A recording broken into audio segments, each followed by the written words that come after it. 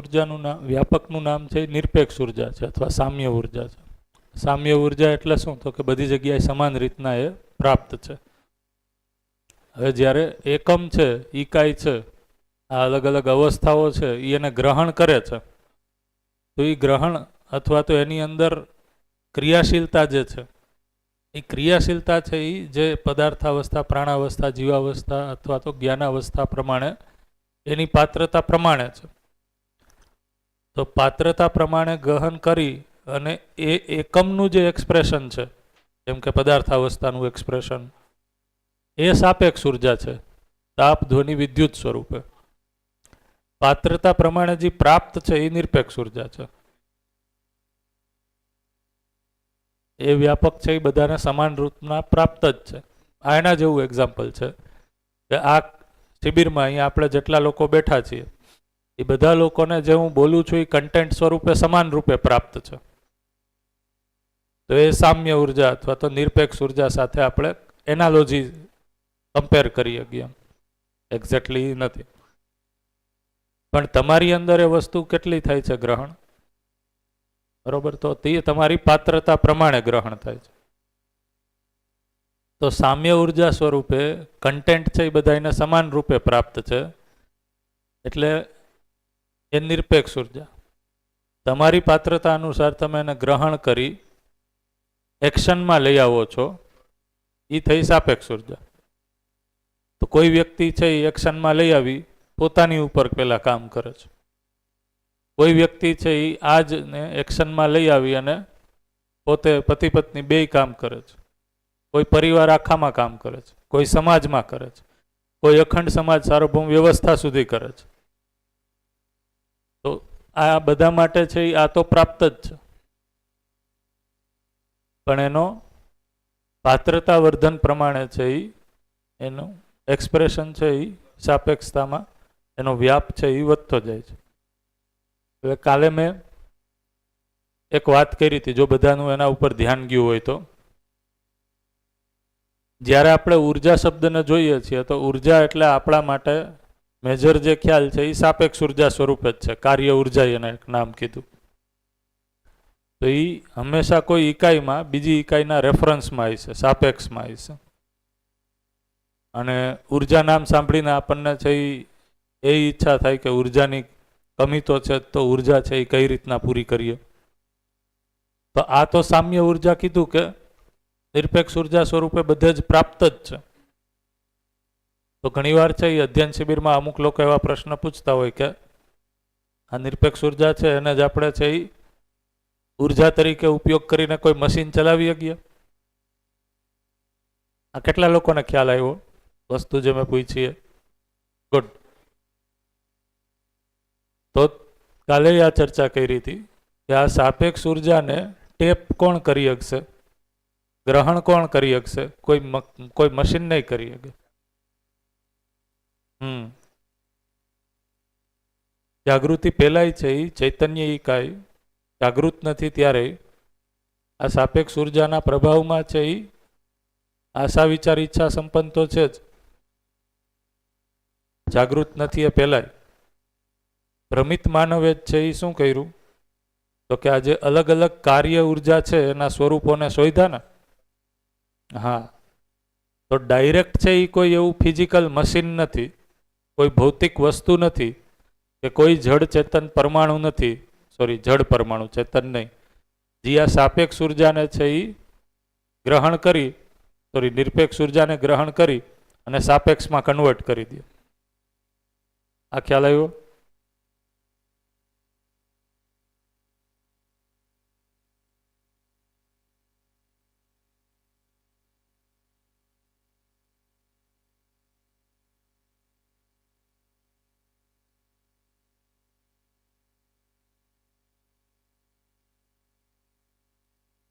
Right.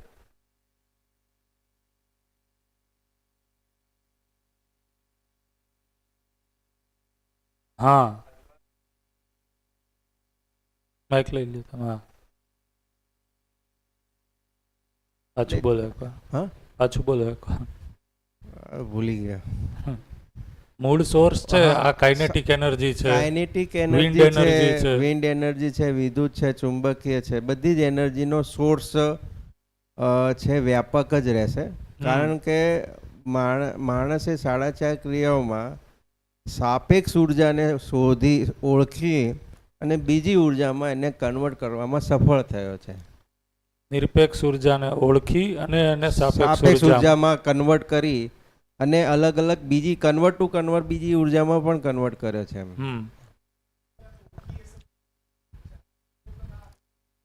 હા, સાપેક્ષને જ ઓળખે ને, કારણ કે નિરપેક્ષ ઉર્જા તો 4.5 ક્રિયાથી ઉપર જવું પડે, સાક્ષાત્કાર થાય તો જ થાય ને.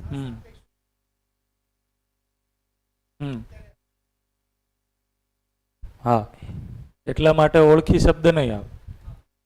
પણ ચૈતન્ય ઇકાઈમાં જે પણ બાય ડિફોલ્ટ આ આશા વિચાર ઈચ્છા સંપન્નતા તો છે જ કે એના માટે તમે કોઈ પ્રયાસ કરો છો. આ ખ્યાલ આવ્યો? મૂળ પ્રશ્ન છે એ શું હતો અમે જ્યારે આ રીતના ચર્ચા કરતા હતા ત્યારે, કે કોઈ એવું યંત્ર છે જે યંત્ર એટલે શું થયું? ભૌતિક વસ્તુ જ થયા. આ ભૌતિક વસ્તુથી જ બનેલી હશે ને યંત્ર, જડ પરમાણુથી જ બનેલી હશે. તો કોઈ જડ પરમાણુનું મિકેનિઝમ ડાયરેક્ટલી આ નિરપેક્ષ ઉર્જાને છે એ ટેપ કરે, ગ્રહણ કરે અને એને છે એ સાપેક્ષ ઉર્જામાં તાપ ધ્વનિ વિદ્યુતમાં છે એ કન્વર્ટ કરી શકશે. એવું થઈ જાય તો કેવું સારું એમ. તો ઉર્જાની ડિમાન્ડ છે એ બધી પૂરી થઈ ગઈ એમ. કલ્પના છે એ અહીંયા પહોંચી. ખ્યાલ આવે છે? તો એ રીતના પોસિબલ નથી. કઈ રીતના પોસિબલ છે? તો કે આ યંત્ર અને આ જે નિરપેક્ષ ઉર્જા છે, નિરપેક્ષ ઉર્જા એની વચ્ચે છે એ માનવનો ઇન્ટરફેસ જોશે. આ બાયોલોજિકલ યંત્ર જોશે. એટલે બાયોલોજિકલ યંત્ર 4.5 ક્રિયામાં ડેવલપ થયો છે કે પૂર્ણ 10 ક્રિયાઓને જાગૃત કરીને પૂર્ણ થયો છે? હા, હવે અહીંયા હા બસ એટલે અહીંયા જ છે હું કહું છું, અહીંયા જ સમજવાની વાત છે.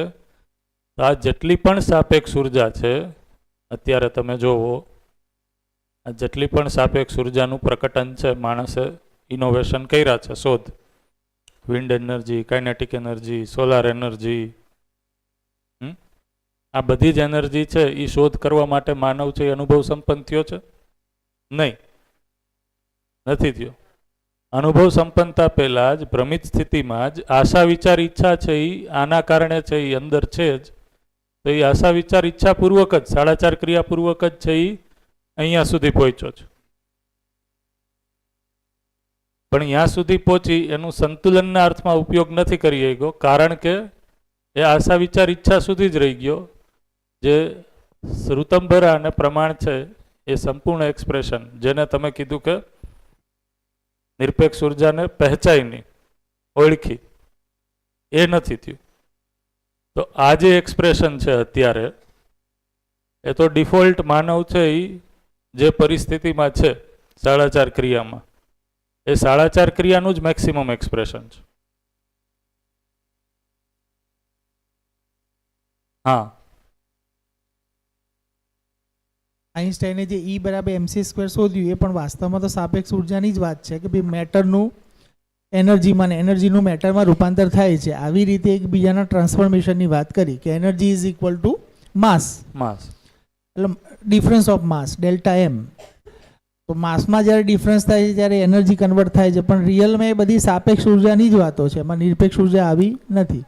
માનવ જાતિએ માનવ પરંપરામાં અત્યાર સુધી નિરપેક્ષ ઉર્જાને પહેચાનવાનું થયું જ નથી. ઉર્જા એટલે સાપેક્ષ ઉર્જા જ છે શબ્દ. તો આ એક ડોમેન થયો ગિરીશભાઈ, આ એક ડોમેન થયો. ઈ સાપેક્ષ ઉર્જા ભણ્યા છે, પણ આ સાપેક્ષ ઉર્જા ક્યાંથી મળે છે અને કેવી રીતે મળે છે એના ઉપર તો ક્વેશ્ચન માર્ક પહેલેથી છે જ પહેલેથી. તો ભૌતિક જગતે અથવા તો ભૌતિકવાદે તો આ જ મેક્સિમમ હાઇટ છે એ અહીંયા સુધી પહોંચી છે. એવી રીતના છે એ આદર્શવાદની મેક્સિમમ હાઇટ છે એ 4.5 ક્રિયા પૂરતી જ રહી છે. પરંપરાના અર્થમાં. કોઈ વ્યક્તિ છે એને પોતાને છે એ કોઈ સ્થિતિ સુધી પહોંચ્યો હોય એ અલગ વસ્તુ છે. રાઈટ. માસમાં નથી પહોંચ્યો એનું કારણ શું છે? કારણ કે ઘટના વિધિથી વસ્તુ થઈ છે, એટલે એજ્યુકેશન એનું શક્ય નથી, પોસિબલ નથી થયું. જે રીતના સાયન્સનું છે એ એજ્યુકેશન પોસિબલ થઈ ગયું કારણ કે ઓબ્જેક્ટિવ અધ્યયન છે એ સાયન્સનું થઈ ગયું. તો માણસનું ઓબ્જેક્ટિવ અધ્યયન અત્યાર સુધી ન થઈ ગયું એટલા માટે માસમાં ન પહોંચી ગયું. એટલે અત્યારે છે એ તમે કોઈ પણ એજ્યુકેશનલ ઇન્સ્ટિટ્યુશન્સ કે ઓર્ગેનાઇઝેશનમાં છે એ માણસને ભણાવવાની વાત કરો તો એ તો રિલેટિવ છે એમ જ કહેશે. માણસની વ્યાખ્યા અત્યારે એજ્યુકેશનમાં છે એ અલગ અલગ એજ્યુકેશન ફ્રેટર્નિટીમાં અલગ અલગ છે. રાઈટ. સાયકોલોજીવાળા માણસને અલગ રીતના વ્યાખ્યાયિત કરે છે, બિઝનેસવાળા છે એ અલગ રીતના વ્યાખ્યાયિત કરે છે, મેડિકલ સાયન્સમાં પણ માણસને છે એ શરીર તરીકે વ્યાખ્યાયિત કરે છે. તો એનું ઉપર છે એ કોઈ ઓબ્જેક્ટિવ નિરપેક્ષ અધ્યયન છે એ પોસિબલ નથી થયું.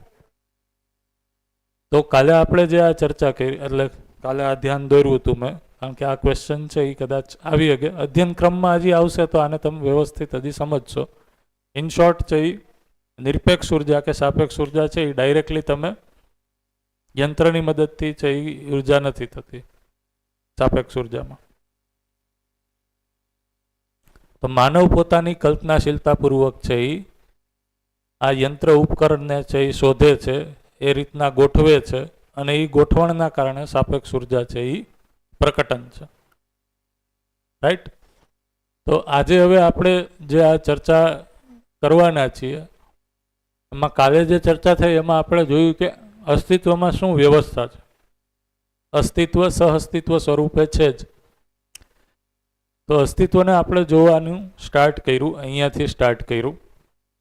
તો પહેલાં ચાલો તમારામાંથી કોઈ છે એ આખું આ જેટલું પણ કાલે આપણે સમજાતા એને સમરાઇઝ કરવાની ટ્રાય કરો છે. જ્યાં એવું લાગશે ઘટશે તો આપણે હું છે એમાં એડ કરવાની ટ્રાય કરીશ. પહેલાં તમે કયો જોઈ આ કોઈ સિક્વન્સ છે એ બધાને કઈ રીતના સમજાય છે ટ્રાય કરો. ચાલો, કોઈને બોર્ડ ઉપર આવવું હોય તોય છૂટ છે અને અહીંયાથી બેસીને સમજવા આવવું હોય તોય છૂટ છે, જે રીતના તમને અનુકૂળ આવે ટ્રાય કરો. જે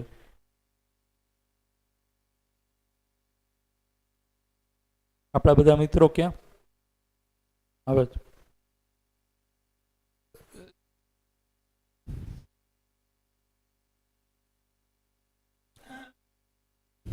આરામથી ના ઈચ્છા થાય જ.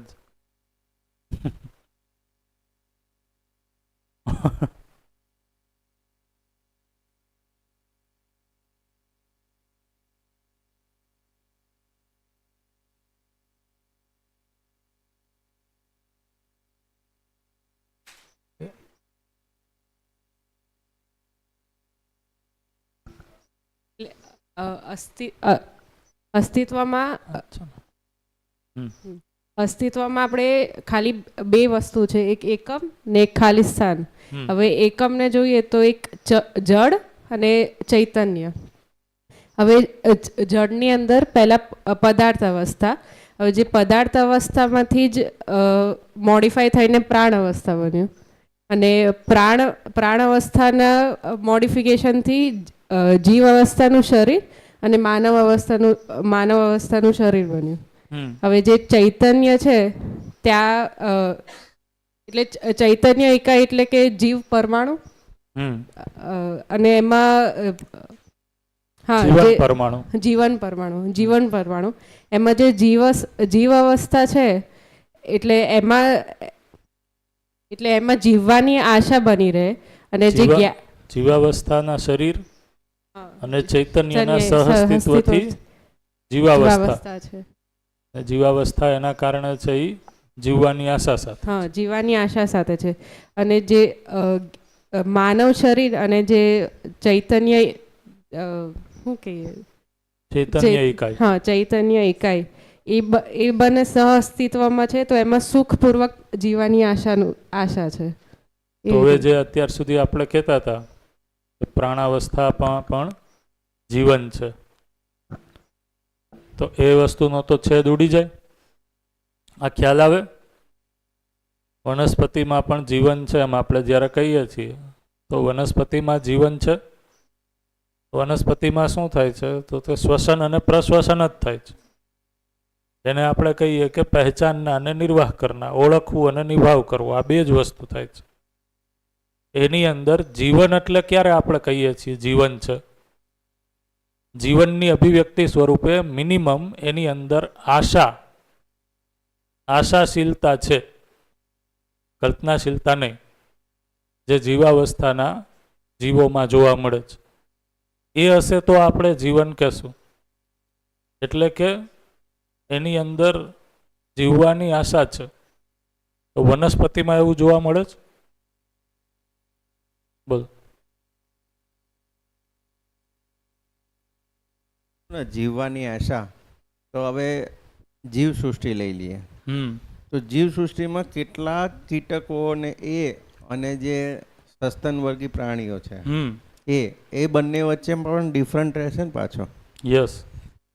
કારણ કે એને આપણે જ્યારે વિકાસક્રમ વિકાસ જાગૃતિક્રમ જાગૃતિ જે આજે જોવાના જ છીએ આપણે, ત્યારે જોશું ત્યારે આજે આખી ડિફરન્સ શું શું છે એને જોશું. છે જ ડિફરન્સ છે જ. તો ડિફરન્સનો કોમન આધાર શું છે? તો ચૈતન્ય પરમાણુ છે એ એવા શરીરની સાથે જ સહઅસ્તિત્વમાં આવે છે જેની અંદર સમૃદ્ધ બ્રેઇન છે, સમૃદ્ધ મેધસ, ડેવલપ્ડ બ્રેઇન છે, એની સાથે એ કમ્બાઈન થઈ શકે છે. તો આ વ્યવસ્થા અંતર્ગત જેની અંદર સમૃદ્ધ બ્રેઇન નથી એવા જીવો પણ છે, જેમ કે માખી મચ્છર છે, કોકરોચ છે. 12th સાયન્સમાં ભણ્યા હશો તમે, કોકરોચનું બ્રેઇન આવે ભણવામાં, ઉંદરનું આવે, પણ એ સમૃદ્ધ મેધસ નથી. તો જેની અંદર સમૃદ્ધ બ્રેઇન છે, મેધસ છે, એવા શરીરને, એવા શરીર સાથે જીવન પરમાણુ, ચૈતન્ય પરમાણુ છે એ આપોઆપ તદાકાર થાય છે. ત્યારે એ શરીર છે એ ચાલિત થાય છે, ચલે છે. રાઈટ? તેને આપણે એમાં છે એ પાછી ચર્ચા કરશું. બરોબર છે. ગુડ. બીજું કાંઈ એમાં?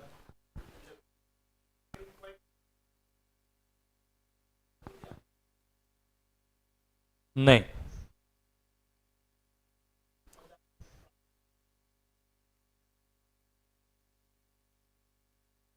નહીં, એને આપણે વ્યવસ્થિત કહીએ ને પ્રભુ દાદા, તો એને એ રીતના કહીએ ગાય કે જે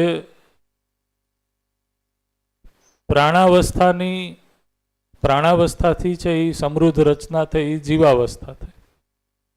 જીવાવસ્થામાં સૌથી સમૃદ્ધ રચના છે એ મેધસ છે. બ્રેઇન છે એ કોઈ એક પરમાણુ નથી. જીવન છે, વિકાસ છે, એ એક પરમાણુ છે, એક જ પરમાણુ, ગઠનપૂર્ણ પરમાણુ. પણ બ્રેઇન છે એ કોઈ પરમાણુ નથી. તો એ આખી રચના છે. તો રચનાની સમૃદ્ધિ એટલે કે રચનાની પરાકાષ્ઠા સૌથી સમૃદ્ધ એ બ્રેઇન. પરમાણુની સમૃદ્ધિ એ ગઠનપૂર્ણ વિકાસ.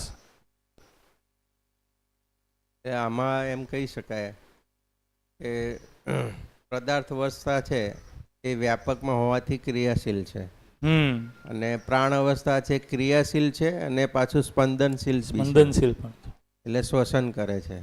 અને જીવ અવસ્થા છે એ શ્વસન, સ્પંદન અને જીવવાની એક આશા છે એ રહેવા માત્રથી આ સત્તામાં. રાઈટ. અને માનવ એ જ્યારે માનવનું બ્રેન ડેવલપ થાય ત્યારે જ એ ચૈતન્ય સાથે સહઅસ્તિત્વમાં આવે છે, એ સિવાય નહીં, એ સિવાય નહીં. અને ત્યારે જ એ સુખપૂર્વક જીવવાની આશા સાથે રહે છે, એ વ્યાપકમાં હોવાના કારણે, બાકી નહીં. બાકી અને વ્યાપકમાં રહેવાનું તો છે જ, હા, એ તો એનાથી મુક્ત થવાનો કોઈ સ્કોપ નથી. એટલે તમે જો માનવ શરીરના વિકાસના તબક્કાને છે એ મેડિકલ સાયન્સમાં ભણે છે, તેમાં કહે છે કે લગભગ 4.5 થી 5 મહિનાની વચ્ચે છે એ શરીરમાં બ્રેઇનનો વિકાસ એટલો થઈ જાય છે કે હવે પછી જીવન છે એ એની સાથે તદાકાર થઈ જીવન ત્યારે જ આવે છે. હા ત્યારે જીવન છે એ એમાં આવે છે, સહઅસ્તિત્વ એનું થાય છે. ત્યાં સુધી છે એ મેડિકલ સાયન્સ એવું કહે છે કે તમે એબોર્શન કરાવી શકો છો, કારણ કે એમાં છે એ કોઈ જીવન નથી. જીવન નથી. તો ઓમ તો છે એ મેડિકલ સાયન્સ જીવનને નથી માનતું, પણ જે એક્સપ્રેશન છે એ એક્સપ્રેશનના આધારે એમ કહે છે, તો એ બ્રેઇનના આધારે ડેવલપ કરે છે. કારણ કે જ્યારે જીવન છે એ બ્રેઇનની સાથે કમ્યુનિકેશનમાં આવે અને સમગ્ર શરીરમાં તદાકાર થાય, ત્યારે બ્રેઇનના જે જીવંતતા છે એની ઇમ્પ્રિન્ટ છે એ અલગ જોવા મળે છે. એ પહેલા છે એ અલગ જોવા મળે છે, એના પ્રભાવ હોય. ત્યારે ગર્ભમાં 2 બ્રેન ડેવલપ થાય અચાનક, 2 બ્રેન, તો 2 જીવન કનેક્ટ થશે. એક જ શરીર એક છે તો એક જ થશે. તો પેલા વિડીયો બતાવ્યો હતો હમ. એ પંજાબના એક શીખ ભાઈનો, તો એ એક હાથથી ડ્રાઇવિંગ કરે છે. એટલે બે બોડી છે આખા, એમ કયો છો? બોડી એક છે, બ્રેન 2 છે. હમ. તો 2 જીવન અંદર ડેવલપ થશે એક શરીરમાં. શરીર ચલાવવા વાળું એક જ છે એટલે એક જ થશે. જો. કારણ કે 2 જીવન હશે તો એ કેવી રીતના? નહીં, જીવન 2 જ હોય. એનું કારણ એવું છે, હું સમજાય તમે એટલે અમે વિડીયો જોયેલો છે એટલે થોડો અંદાજ લગાડું છું. જેવી રીતે એક તો માનું શરીર, માનું જીવન, સાથે અંદર એક ગર્ભ છે. એ ગર્ભની અંદર એવું ડિફોલ્ટ થયું કે બ્રેન આટલા ઉપર ધડ ઉપરના 2 ભાગ બન્યા અને નીચેના પગ કોમન છે. અચ્છા, એટલે બ્રેન 2 થઈ ગયા. એટલે એનો મતલબ 2 બ્રેન, ઓકે, બંનેના પાછા ચોઈસ એ બધું અલગ અલગ બી છે. અચ્છા. બંને ગાડી પણ ચલાવે છે તો અલગ અલગ રીતે જ હેન્ડલ કરે છે. મતલબ 2 જીવન એક્ઝેક્ટલી આપણે કોઈ નથી કહેતા કે જુડવા ભાઈઓ છે, 2-3 બાળકો એક સાથે બી આવે, એવી ઘટનાઓ બી છે જ ને. એમાં તો છે એ તો અલગ એમાં અલગ તો 2 જીવન જીવન હોય. છે તો એના જેવી જ ઘટના થઈ ગઈ ને. તો એક શરીરમાં એક જીવનમાં બીજા ત્યારે બ્રેન ડેવલપ થાય, 1 થાય, 2 થાય, 3 થાય, પછી બાકીના શરીર ભેગા હોય તો એટલા જીવન આવે એમ કેવું છે. શું કહો છો? દાખલા તરીકે એક બોડીમાં 3 બ્રેન ડેવલપ થાય, 3 માથા, તો 3 જીવન આવે એમ. ના, એટલા માટે જ હું કહું છું કે એમાં પ્રયોજન આપણે જોવું પડશે. બ્રેઇનનું પ્રયોજન છે એ શરીરને ચાલિત કરવા છે. શરીર એટલે આપણે શું કહીએ છીએ? 2 વસ્તુ છે. કર્મેન્દ્રિય કઈ છે? કર્મેન્દ્રિય કઈ છે? 5 કઈ છે? હા, ઉત્સર્જન તંત્ર, બરોબર, આ કર્મેન્દ્રિય છે. અને જ્ઞાનેન્દ્રિય છે એ 5 છે. આને ચાલિત કરવા માટે છે એ બ્રેઇનની જરૂર પડે, કારણ કે આ કોમ્પ્લેક્સ શરીર છે. રાઈટ? તો બ્રેઇન છે એની સાથે જીવન તદાકાર થશે. એ આધાર શું હશે? તો કે આ બ્રેઇન દ્વારા આ શરીરને ચલાવી શકે. તો હવે કર્મેન્દ્રિય છે એ સિંગલ જ છે, તો એને ચલાવવા માટે છે એ નહીતર છે એ શરીરની અંતર જ અંતર વિરોધ થશે. એટલે આ રીતનો કેસ તો મેં પહેલી વાર જોયો, ખ્યાલ નથી. પણ આ બધી સહજ ઘટનાઓ નથી, આ તો બધી બહુ આકસ્મિક રેર ઘટનાઓ છે. 2 માથા હોય એવું આપણે છે એ ક્યાંક સાંભળ્યું છે, મેં જોયું નથી અત્યાર સુધી. તો કારણ કે શરીર જે ચાલિત કરશે, 2 જીવન હશે તો શું થશે? એક જીવન એવો નિર્ણય લેશે કે મારે તો છે રાઈટ ડાયરેક્શનમાં પગને ચલાવવા છે, ને એક કહેશે મારે છે એ લેફ્ટ. તો પગ તો અહીંયા બોલો એ એકબીજા સાથે એટલા જોડાયેલા છે જીવનો કે એકબીજાને અન્ડરસ્ટેન્ડિંગ કરે છે. બરોબર. એટલે એક ત્યારે કોઈ કોમ્પ્લેક્સ કે કોઈ એવો વિરોધાભાસ પેદા થતો તો એ સેન્સમાં છે એ 2 જીવન છે, પણ એક્સપ્રેશન છે એ એકનું જ છે. એકનું જ છે. હા, એ બંને એકબીજા સાથે એકદમ પેલા થઈ ગયા છે કે શું કહેવાય, એમ ટ્યુન્ડ છે, સિંક છે, સિંક્રોનાઇઝ થઈ ગયા છે. જેમ પતિ પત્ની સંબંધમાં થાય એમ. હા, એક જો થાય તો એક શરીર 2 મન, 2 એક એવું. કારણ કે પતિ પત્ની શરીરમાં અપેક્ષા તો એ જ શરીર છે. એક મન, શરીર 2 રહેશે પણ મન એક. એટલે શું કે 2 મન વચ્ચે કોઈ અંતર વિરોધ આને કદાચ આપણે આવી રીતે સમજી શકાય કે માની લો કે આપણે જે પ્રાણીઓમાં જોઈએ, જીવ અવસ્થામાં બી જુઓ તો શરીરને ચૈતન્ય તો છે જ. તો કોઈ અમારા ત્યાં આજુબાજુ બધા ભૂંડ ઘણા બધા છે, જ્યારે જન્મ આપે ત્યારે ઘણા બધા બચ્ચાઓને જન્મ આપે. તો એના અંદર ઘણા બધા જીવન હા. તૈયાર થયા જ. બિલકુલ. એવી રીતે કોઈક માન લો કે કોઈ કૂતરી છે તો એ ઘણા બધા ગલગોડિયાનો જન્મ આપે છે, તો એમાં ઘણા બધા ચૈતન્યનું તો આવ્યા જ. તો એક ચૈતન્યમાં ઘણા બધા ચૈતન્ય રહીને એક બોડી તૈયાર થઈ ચૈતન્યમાં નહીં, એક શરીરની શરીરમાં. અંદર ઘણા બધા મેઇન શરીર. શરીર છે એનું તો ચૈતન્ય છે જ, એની સાથે બીજા શરીરમાં ચૈતન્ય આવે. બરોબર છે, એ તો બરોબર જ છે. એ તો જુડવાની અંદર ધારો કે 2 શરીર છે, કે ત્રુડવાની અંદર 3 અલગ અલગ શરીર છે, તો એની અંદર એટલા ચૈતન્ય રહેશે જ. પણ મેઇનલી જો આપણે પ્રયોજનને અથવા તો હેતુને પકડીએ તો શું છે, તો કે બ્રેઇન છે એ શરીરને ચલાવે છે. શરીર એટલે કર્મેન્દ્રિય અને જ્ઞાનેન્દ્રિય. બ્રેઇન ખાલી નહીં ચલાવી શકે, કારણ કે આખી કોમ્પ્લેક્સ રચના છે. કોમ્પ્લેક્સિટી માનવ શરીરની એટલી વધારે છે કે એ ખાલી બ્રેઇનથી ચાલિત નહીં થાય. કોકરોચમાં એવું નથી, નિશ્ચિત છે, બહુ નિશ્ચિત ફંક્શનાલિટી છે. પણ એટલા માટે છે એને ચલાવવા માટે જીવનની જરૂર છે. તો હવે જીવન છે એ બ્રેઇનની સાથે તદાકાર થશે. એનો આધાર શું છે, તો કે કોઈ શરીરને ચલાવવા માટે થશે. એ કેટલા શરીર છે એના આધારે એનું તદાકાર થશે. પણ આવી ઘટનાઓ રેર હશે, અને એમાં કેસ ટુ કેસ મારા ખ્યાલથી વેરી થતું હશે. ઓમ જોઈએ તો તમે જે રીતના કીધું એ પ્રમાણે ભલે 2 જીવન છે, સાયન્સ પૂર્વક તો છે એ તમે એ નક્કી જ નહીં કરી શકો. સાયન્સ છે એ કોઈ એની વિધિ નથી એની પાસે, તો બ્રેઇનને જ જીવન ગણે છે.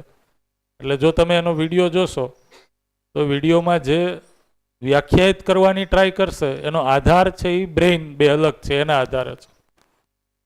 રાઈટ? એટલા માટે એ બધાય સિંક્રોનાઇઝેશન આ તો બધું ડિફાઇન કરશે.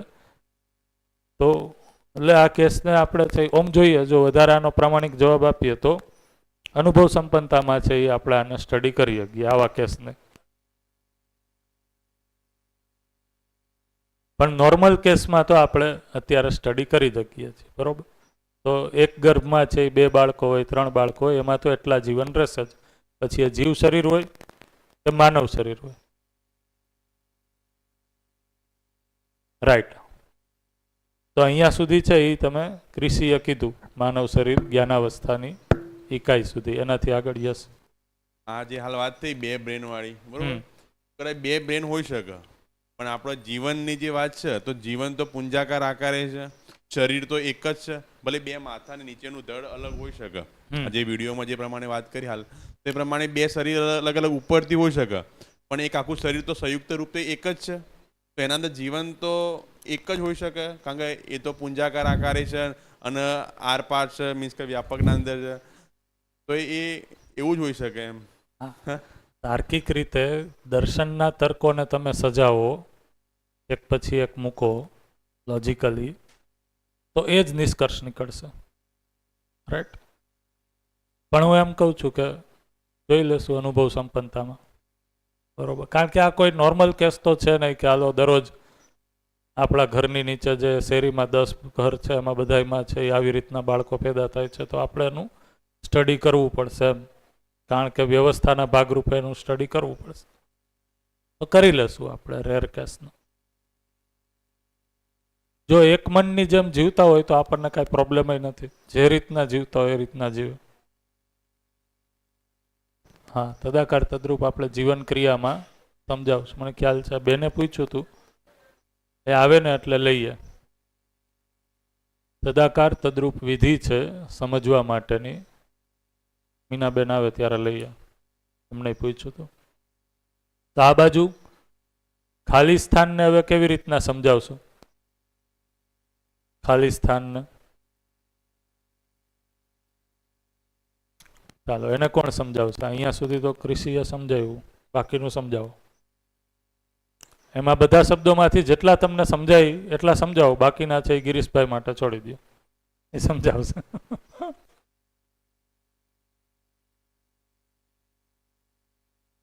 એમાંય બાકી રહેશે એ આપણે લઈ લેશું. ચાલો,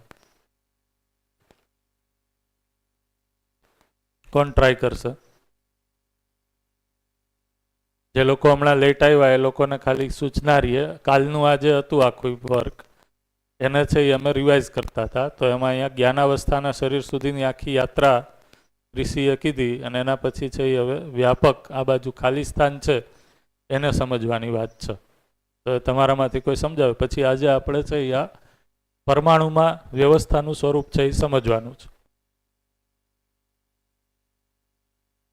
બધા લોકો જ્યારે આપણે કન્ટેન્ટ સમજીએ છીએ, આ સૂચના છે એ સૂચનાને જીવવામાં છે એ મને કઈ રીતના ઉપયોગી થઈ શકે છે એ દ્રષ્ટિકોણથી એ એનાલિસિસ કર્યા રાખે.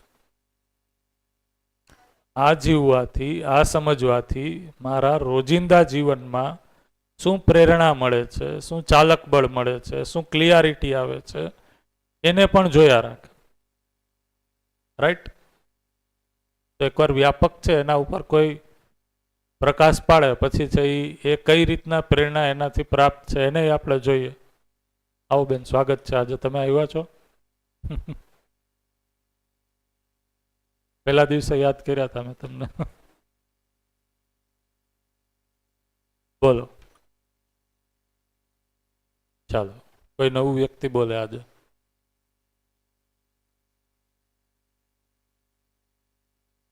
હા,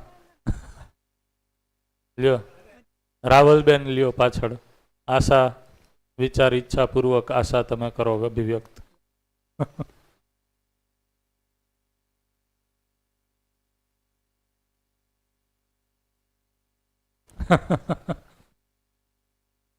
હર્ષા નામ કીધું?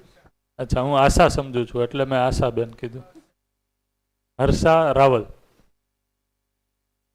બોલો હર્ષાબેન. ખાલી સ્થાનની વાત કરીએ તો એ ક્રિયા શૂન્ય છે, એટલે કે એની અંદર કોઈ ક્રિયા થતી નથી, માટે એને ક્રિયા શૂન્ય નામ આપ્યું. અસીમ એટલે કે જેની કોઈ સીમા નથી, એ નિરંતર નિત્ય છે જ, એટલે એને અસીમ નામ આપ્યું. પારદર્શી એટલે કે અસ્તિત્વમાં એ આર પાર છે, એટલે પારદર્શી. અને વચ્ચે હું છે બોલતો રહીશ એટલા માટે. અસીમ નામ આપ્યું એમ અનંત નામ આપીએ ગઈ? કેવી રીતના ના આપીએ ગઈ કયો છે? એની અંદર સીમા છે, એને ગણી શકાય. અને સીમાને અસીમ, ગણીએ, ઓકે. અસીમ છે એટલે એને આપણે ગણી ના શકીએ, રાઈટ. એટલા માટે. તો અનંત સંજ્ઞા, બોલો તમે બોલો. હા, અનંત જે ખરો ને એ સંખ્યા સાથે જોડાયેલી વસ્તુ છે, રાઈટ. અને આ સંખ્યા નથી. આ મતલબ, અને બીજું અનંત એટલે જેને ગણી શકાય છે, સીમા છે, જેથી દરેક ઇકાઈની એક સીમા છે, બોર્ડર છે. રાઈટ. એટલે 1 2 3 4 5 6 એમ ગણી શકાય છે. ઓકે. પરિચય શિબિર તો બધાએ હરખાઈ કરી છે ટૂંકમાં. વારંવાર કરી છે. ગુડ.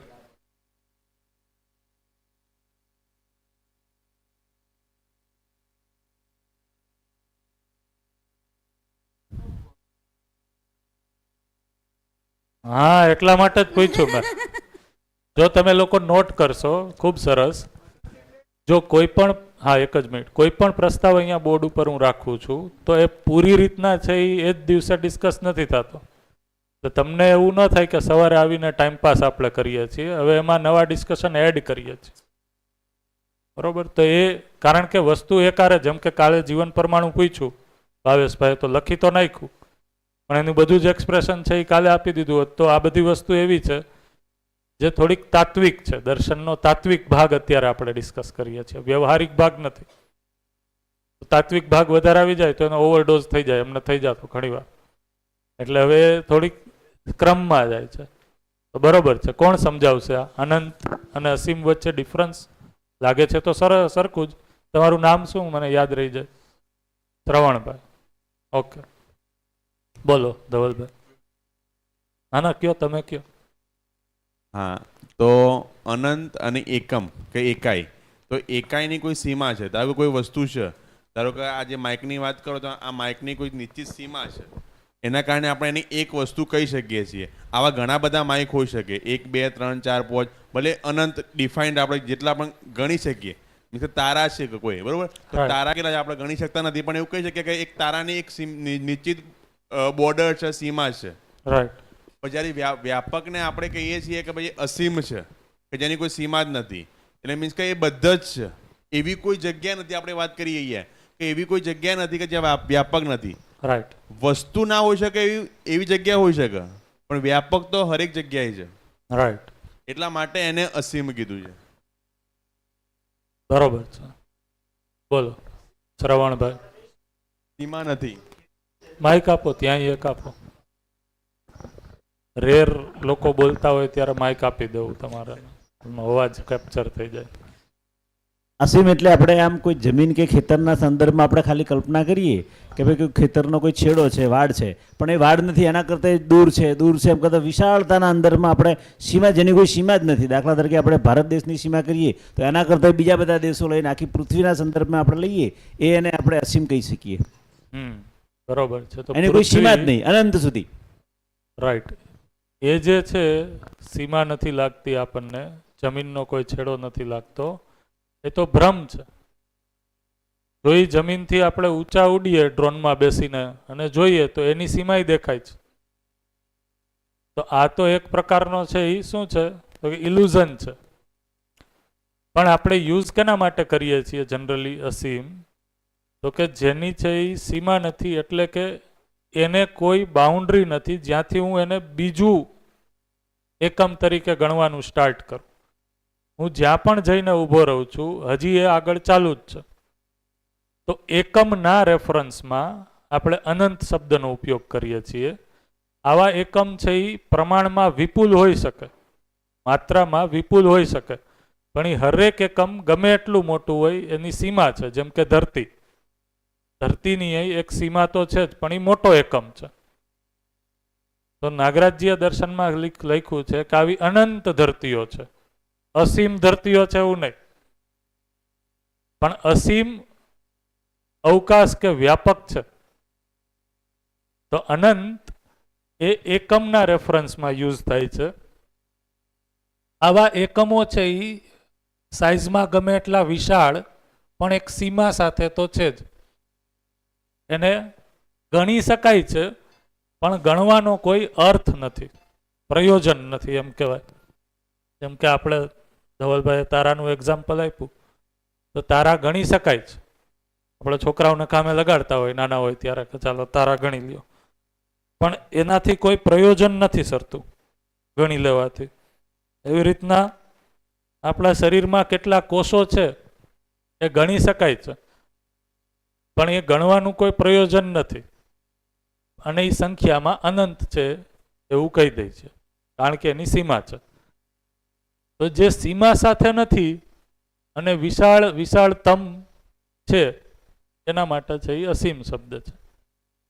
તો વ્યાપકને એના ખંડ ખંડ કરી ભાગ નથી કરી શકતા, ભાગ નથી કરી શકાતા, એટલા માટે એને ગણી નથી શકાતું, એટલા માટે એ અસીમ છે.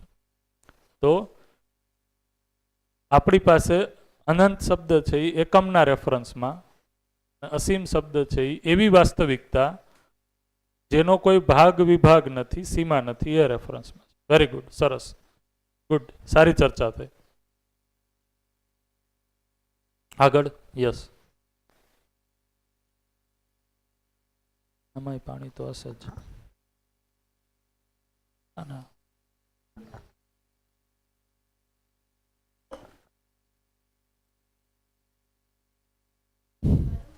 બહુ ગરમ છે, ગરમ છે એમ મિક્સ કરીએ.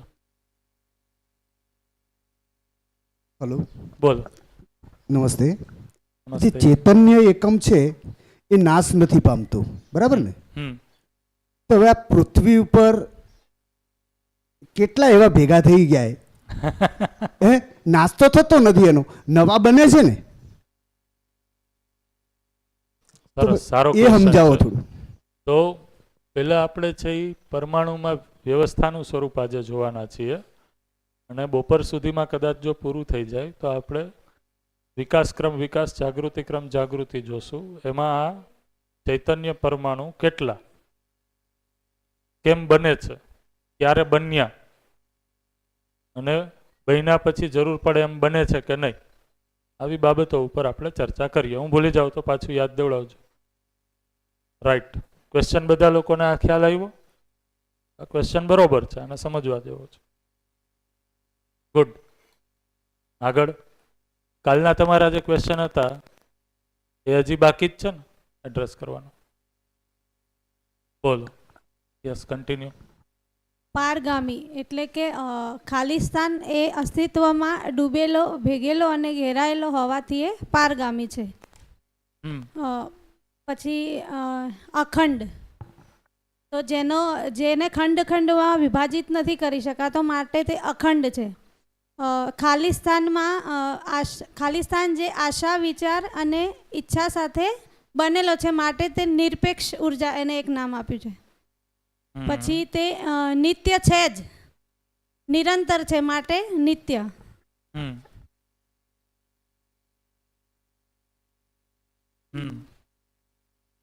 તે અવિનાશી નથી, તેનો નાશ થતો નથી, માટે તેને કીધું અવિનાશી. અચ્છા, આના ઉપરથી યાદ આવ્યું તમે જે કીધું એનું, ખાલી એમાં એક માઇનર કરેક્શન. ચૈતન્ય પરમાણુનો નાશ થતો નથી એવું નથી, જડ પરમાણુનો નાશ નથી થતો. કોઈ પણ પરમાણુ છે એ નાશ નથી પામતો. એટલે કે કોઈ પણ એકમ છે મૂળમાં એ પરમાણુ જ છે. તો પરમાણુ એ હંમેશા છે જ, વ્યાપક એ હંમેશા છે જ. તો એ અર્થમાં છે એ, પણ એને આપણે જ્યાં ક્રમ જોશું એમાં ડિટેલમાં એ જોશું. બરોબર છે, બરોબર. આગળ. તેનો જન્મ થતો નથી કે તેનું મૃત્યુ પણ થતું નથી, માટે એક નામ આપ્યું અજન્મા. જો તમે ધ્યાનથી જોશો તો આ જેટલા પણ શબ્દો છે એ ઓમ જોઈએ તો એકમના રેફરન્સમાં છે. કોઈ એકમ અથવા તો એકમ રચિત રચનાઓ છે એના રેફરન્સમાં છે. તો વ્યાપકને સમજાવવા માટે, કારણ કે વ્યાપક અથવા તો ખાલિસ્તાન એ અસ્તિત્વની બે વાસ્તવિકતાઓમાંની એવી વાસ્તવિકતા છે જે આનાથી ભિન્ન છે. તો આ શું નથી એ કરીને સમજાવવાનો એક પ્રયાસ છે. હા, આદર્શવાદના જ છે. તો આદર્શવાદના શબ્દોને અહીંયા અમુક શબ્દોને મૂકવાનો આધાર શું છે? કારણ કે આદર્શવાદમાં છે એ ઈશ્વરની જે પરિકલ્પના છે એ આ જ સ્વરૂપે ઓળખવામાં આવી. બરોબર. એમાં ઘણા લોકોએ છે એનું સ્વરૂપ છે એ નિરાકારે મૂક્યું, ઘણા છે એ આકાર સાથે મૂક્યું, પણ એના વિશેષણો તો છે એ આ જ જોડ્યા છે. તો એ મધ્યસ્થ દર્શન છે એ આ વિશેષણોથી કોને ઇંગિત કરે છે એ દર્શાવવા માટે આ શબ્દને યુઝ કર્યા છે. ઇન જનરલ તમે જુઓ તો દર્શનના જે શબ્દો છે એ નવા શબ્દો નથી, એ શબ્દો તો આદર્શવાદમાંથી જ ઘણા બધા શબ્દો છે. એની પરિભાષા કે વ્યાખ્યા છે એ અલગ છે. યસ, ગુડ, બરોબર છે. બેન સમજાવે છે જે શબ્દો આવી ગયા બધા કે બાકી છે? કીધું કે તેનો કોઈ આકાર નથી, માટે તે નિરાકાર છે.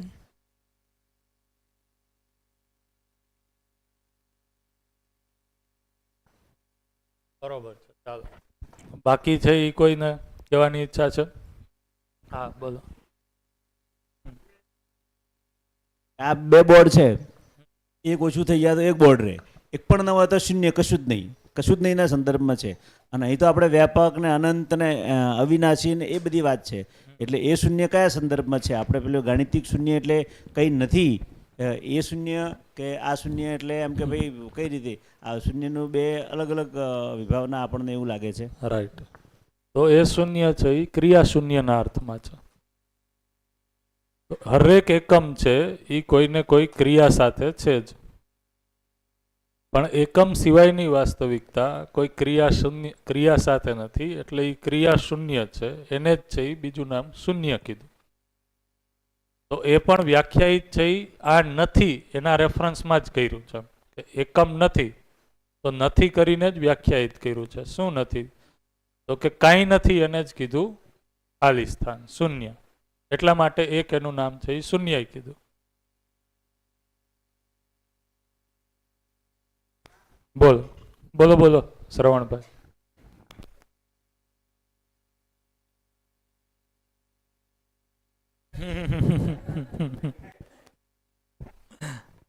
એમને નથી ખબર. સરસ. બીજા કોઈ છે એ સંજ્ઞા બાકી રહે છે? ખાલિસ્તાન પૂર્ણ છે, એટલે કે એમાં કંઈ ઉમેરી શકાતું નથી અથવા એમાંથી કંઈ કાઢી શકાતું નથી. રાઈટ. એને શું કીધું તો કે ઈ ઓછા વધારેથી મુક્ત છે. જો કમ अधिक से मुक्त है उसी को कहा पूर्ण है. ગુડ, બરોબર છે. એવી જ રીતના શુદ્ધ એટલે શું? શુદ્ધ એટલે શું? શુદ્ધ અથવા નિર્વિકાર, એ જ રેફરન્સમાં શબ્દ છે. હા, તો આ ખાલી સ્થાનની અંદર તમે કોઈ પણ વસ્તુને એડ કરો, એ વસ્તુની જે પણ કેરેક્ટરિસ્ટિક છે એ ખાલી સ્થાનને પ્રભાવિત કરતી નથી, ખાલી સ્થાનમાં આવતો નથી. એ જે પણ કલરનો હોય અથવા તો જે પણ એનું અભિવ્યક્તિ હોય, એ અભિવ્યક્તિ છે એ ખાલી સ્થાનની અંદર આવતી નથી, સ્પેસમાં આવતી નથી. જ્યારે એ વસ્તુ ત્યાંથી દૂર થાય છે તો સ્પેસ તો જેવું છે એવું ને એવું બનેલું જ રહે છે. એટલા માટે એને કીધું એ શુદ્ધ છે, એની અંદર કોઈ વિકાર એડ કરી શકાતો નથી, એટલે એને કીધું એ નિર્વિકાર છે. તો જે વસ્તુ છે એ સંપૂર્ણ અથવા તો પૂરી રીતના છે એ વિકાર મુક્ત છે, એવી વાસ્તવિકતા એક જ કીધી, જેને કીધું ખાલી સ્થાન. તો એ વિકારથી મુક્ત છે. એટલા માટે જ એમાં રહેવાથી જીવન પરમાણુ છે એ પણ આ વિકારોથી મુક્ત થવા માંગે છે. એના પછી બુદ્ધ, બોલો જી. બુદ્ધ એટલે શું? હા, તીર્થ, સ્થિર. ઓકે, બરોબર છે. તો જે વસ્તુ પોતાનામાં નિત્ય સ્થિર છે, તો જે સ્થિર વસ્તુ છે એનો અભ્યાસ થઈ શકે એમ છે, સમજી શકાય છે. સમજી શકાય છે એનો અર્થ કે એ જ વસ્તુ છે એ બોધમાં આવવાની છે. તો જે વસ્તુનો બોધ થવાનો છે, જે બુદ્ધિમાં સ્વીકૃત થવાનું છે, એ સમજનો ભાગ, એને જ કીધું. એટલા માટે એ કીધું કે એ જ બુદ્ધ છે જે બુદ્ધિમાં બોધમાં આવવાનું છે. એ અર્થમાં છે એ એનું એક નામ છે એ બુદ્ધ જ કીધું. માનવ વ્યવહાર દર્શનના પહેલા પેજમાં છે એ આવશે બધી વસ્તુ. અનાદિ, જેનો કોઈ આદિ કે અંત એટલે પૂર્વ કે પર રૂપ નથી. અદ્વિતીય, એના જેવી બીજી કોઈ વસ્તુ કે વાસ્તવિકતા નથી. અવિનાશી આવી ગયું. ઈશ્વરનું જ બીજું નામ છે આ. મૂળ ઉર્જા આવી ગયું. મૂળ ઉર્જા તો ખ્યાલ આવ્યો ને બધાને. પરમાત્મા પ્લેસમેન્ટ માટે જ છે. ઈશ્વર કીધું, અલ્લાહનો મિનિંગ છે એ અનન્ય થાય છે. તો એ અનન્યના અર્થમાં જ થઈ જશે. અનન્ય એક અને માત્ર એક જ છે. પરમાત્મા શું કામ કીધું?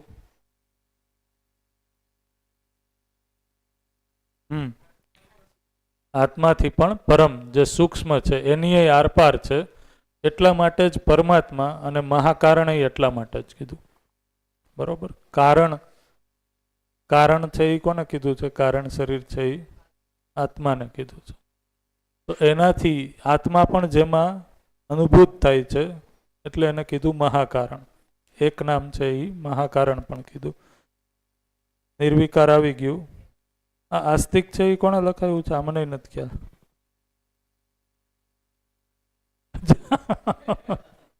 મહાકાલે લખી નાખે. આસ્તિક શું કામ છે?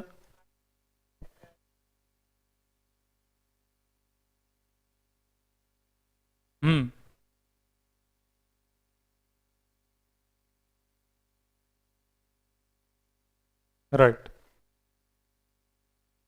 બરોબર. રાઈટ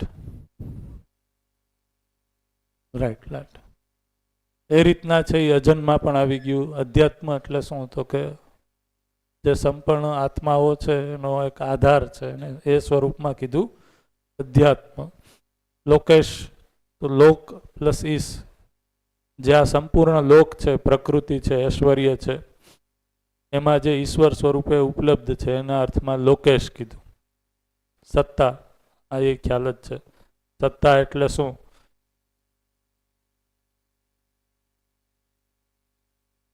ચલતી કિસકી હે, એ અર્થમાં સત્તા.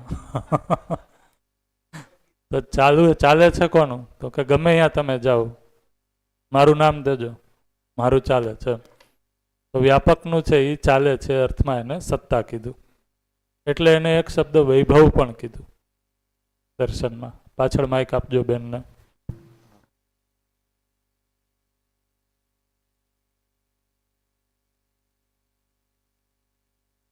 માઇકમાં રેકોર્ડિંગમાં જે લોકો સાંભળશે એના માટે છે. ખાલી સ્થાન જે તમે કહ્યું સ્પેસ છે, તો એને જ્ઞાન જ્ઞાન રીતે કઈ કહી રીતના? શકાય? કાલે કીધું તું, કોણ કહેશે? જેટલું યાદ હોય એટલું કયો છે. જ્ઞાન કઈ રીતના કીધું વ્યાપકને?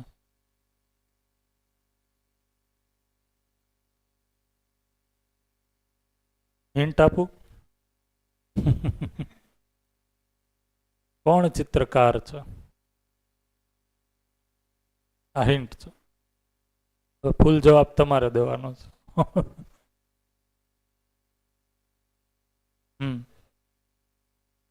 જ્ઞાન એટલે આમ તો જાણવું એવો મતલબ થાય ને. તો અલ્ટિમેટ એક માનવ તરીકે પણ મારે જેનો અનુભવ કરવાનો છે, જે જાણવાનું છે, અને એ જાણ્યા પછી બીજું કંઈ જાણવાનું રહેતું નથી. એ અલ્ટિમેટ સત્ય છે. અલ્ટિમેટ સત્ય મારા આગળ અનુભવમાં આવી જાય એટલે એને મતલબ જ્ઞાન એટલે જાણવું એ સેન્સમાં જોઈએ તો જાણવાની અલ્ટિમેટ એન્ડ રૂટ એ વ્યાપક છે. તો વ્યાપક અને વ્યાપકમાં રહેલી ઇકાઈયા, આટલી વસ્તુનું સત્ય છે અને એ જાણવાનું છે. એના માટે એને જ્ઞાન શબ્દ કદાચ. રાઈટ. હજી કોઈ એડ કરો? યસ નૈતિકભાઈ. આપણે પેલું લીમડાનું ઉદાહરણ આપીને સમજાવી દઉં કે લીમડાના પાન આવા જ કઈ રીતના છે. તો એ વ્યાપકમાં જે જ્ઞાન છે એના આધારે દરેક ઇકાઈની ડિઝાઇન થયેલી છે. તો એ રીતના એના જ્ઞાન કહી શકાય છે કે કોઈ પણ ઇકાઈનું જે મૂળ રૂપ છે એ જ્ઞાન જે બધું જે છે એ વ્યાપક પાસેથી જ મળતું હોય છે. તો કોઈ પણ એકમની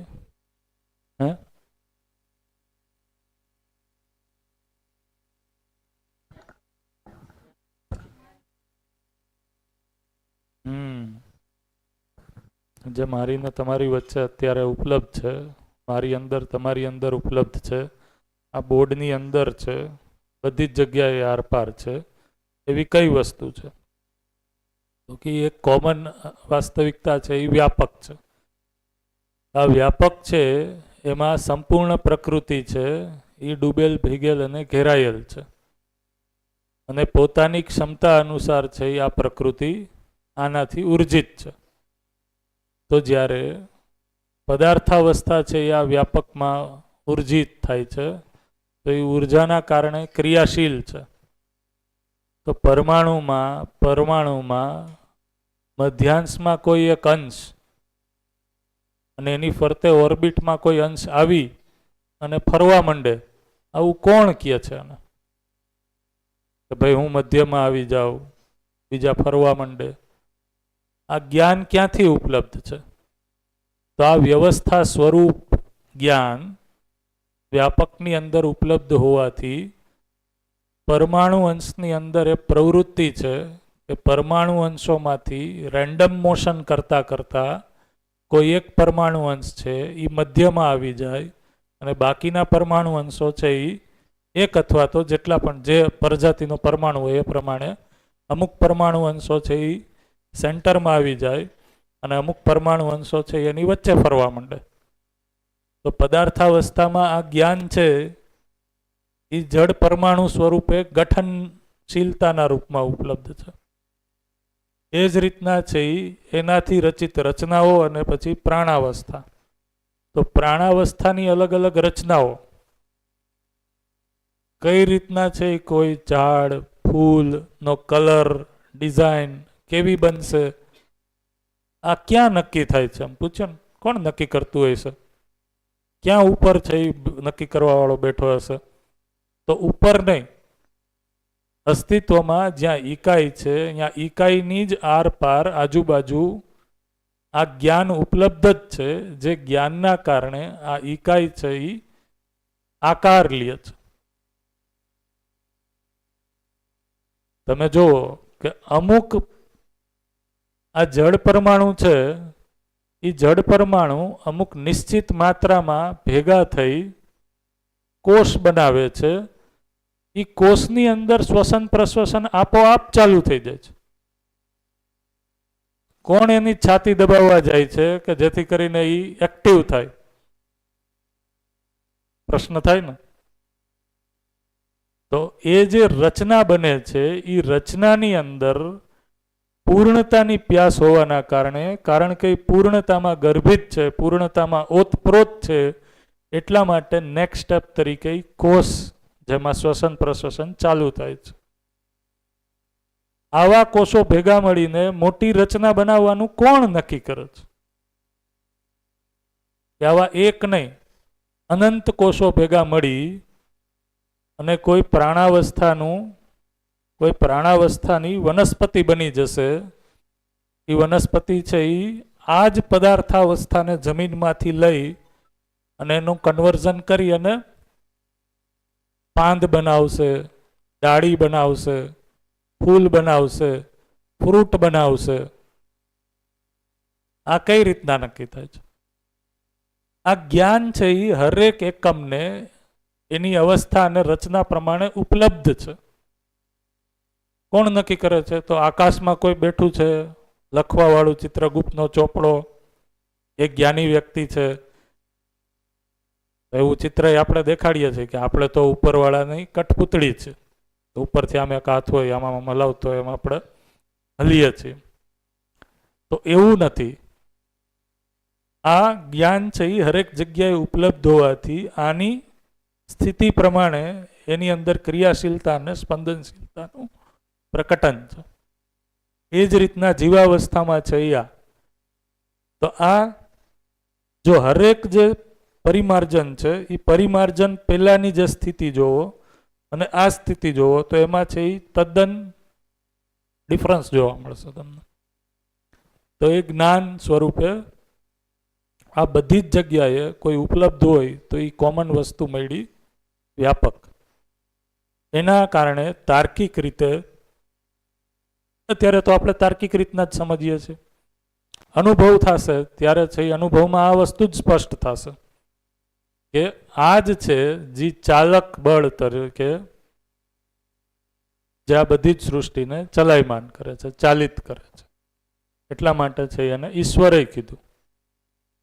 એટલા માટે જ છે ઈશ્વર છે એ જ્ઞાન સ્વરૂપ છે, જ્ઞાન ભંડાર છે. એટલું જલ્દી સમજાઈ જવું જરૂરી નથી. અધ્યયન માટે કંઈક તો બાકી રાખશો ને. બોલો. કાલે આપણે ગઠનશીલ અને ગઠનપૂર્ણ પરમાણુની વાત કરી. રાઈટ. તો ગઠનપૂર્ણ પરમાણુ સિવાયના તમામ પરમાણુ ગઠનશીલ જ છે? યસ. આપણે ક્યાં લખ્યા હતા ટોટલ? અહીંયા લખ્યા હતા ને. ટોટલ છે એ કેટલા થશે? 18, 19, 20 અને 21. ટોટલ છે એ 121 થશે. એમાંથી 120 છે એ કેવા છે? સાયન્સ એવું કહે છે કે 118 છે એ સાયન્સમાં પિરિયોડિક ટેબલમાં 118 છે. ભૂલી જાઉં ઘણી વાર હું આ વસ્તુ. વ્યવહારિક વસ્તુ જલ્દી યાદ રહે, તાર્કિક વસ્તુ જલ્દી યુઝમાં ન આવતી હોય એટલે યાદ છે એ ક્યારેક ના પણ રહે. 121 છે એ બધા 120 છે એ ગઠનશીલ જ છે. આજે આપણે જ જોવાના છે. બીજા કોઈ પ્રશ્ન? આ ખ્યાલ આવે છે? આ જોવાય છે? તો હમણાં હું જ્યારે વચ્ચે પૂછતો હતો, બેને સરસ ક્વેશ્ચન પૂછ્યો કે આ તમારા વ્યવહારમાં કઈ રીતના જોડાશે? આ છે એ તમારા વ્યવહારમાં કઈ રીતના જોડાશે? તો આનું વ્યવહારિક સ્વરૂપ આપણે જોઈએ તો ધ્યાન જાય છે આ જ જે વ્યાપક છે, આ જ વ્યાપક છે એ અહીંયા ક્યાંક લખી નાખું. આ જ વ્યાપક છે એ અનુભવ સમયે અનુભવ કાળમાં આનંદ સ્વરૂપે ઉપલબ્ધ છે. અનુભવ સમયે મારી અંદર જે આનંદ એક્સપ્રેશન છે, હું આ લખ્યું, એ આનંદ સમયે આ વ્યાપક ઉપલબ્ધ છે. હે ના ના, આ બધાનો અનુભવ થઈ જાય એમ નહીં. આ વ્યાપક નામની જે વાસ્તવિકતા છે એ અનુભવ સમયે આનંદ સ્વરૂપે મારી અંદર અભિવ્યક્તિમાં છે.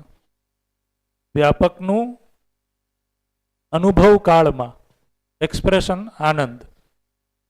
એવી જ રીતના કાર્ય કે વ્યવસાય સમયે નિયમ સ્વરૂપે ઉપલબ્ધ છે. પ્રકૃતિ સાથે હું જ્યારે કાર્ય કે વ્યવસાય કરીશ તો એમાં જે નિશ્ચિતતા છે, સિદ્ધાંત છે, એ નિયમ સ્વરૂપે છે. તો નિયમ છે એ કોનું પ્રતિરૂપ છે? ખાલી જગ્યાનું પ્રતિરૂપ છે. હજી આને આપણે આગળ લેવાના, નિયમ, નિયંત્રણ, સંતુલન. તમારી ક્વેરી છે ને તો એ લઈ લેશું ત્યારે આપણે, રાઈટ? તો અનુભવ કાળમાં આનંદ સ્વરૂપે, વ્યવસાય કાળમાં નિયમ સ્વરૂપે, એવી જ રીતના બીજી 4 વસ્તુ છે. કઈ કઈ છે કયો છે ખ્યાલ? માનવ વ્યવહાર દર્શનની આ વસ્તુ છે.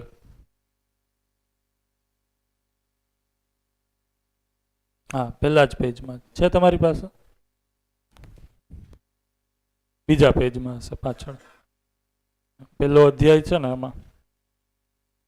એટલે જો આ અમુક વસ્તુ છે એ અધ્યયનની છે, એટલા માટે તરત જ સમજાઈ જાય એવું જરૂરી નથી. તો જાગૃત માનવમાં વ્યાપક સત્તા છે એ કાર્ય વ્યવહાર સમયે નિયમ સ્વરૂપે, વિચારકારમાં સમાધાન સ્વરૂપે ઉપલબ્ધ છે. વિચાર સમયે સમાધાન સ્વરૂપે ઉપલબ્ધ છે, બરોબર. અને અનુભવ સમયે આનંદ સ્વરૂપે, અને આચરણ સમયે સમયે છે એ ન્યાય સ્વરૂપે ઉપલબ્ધ છે.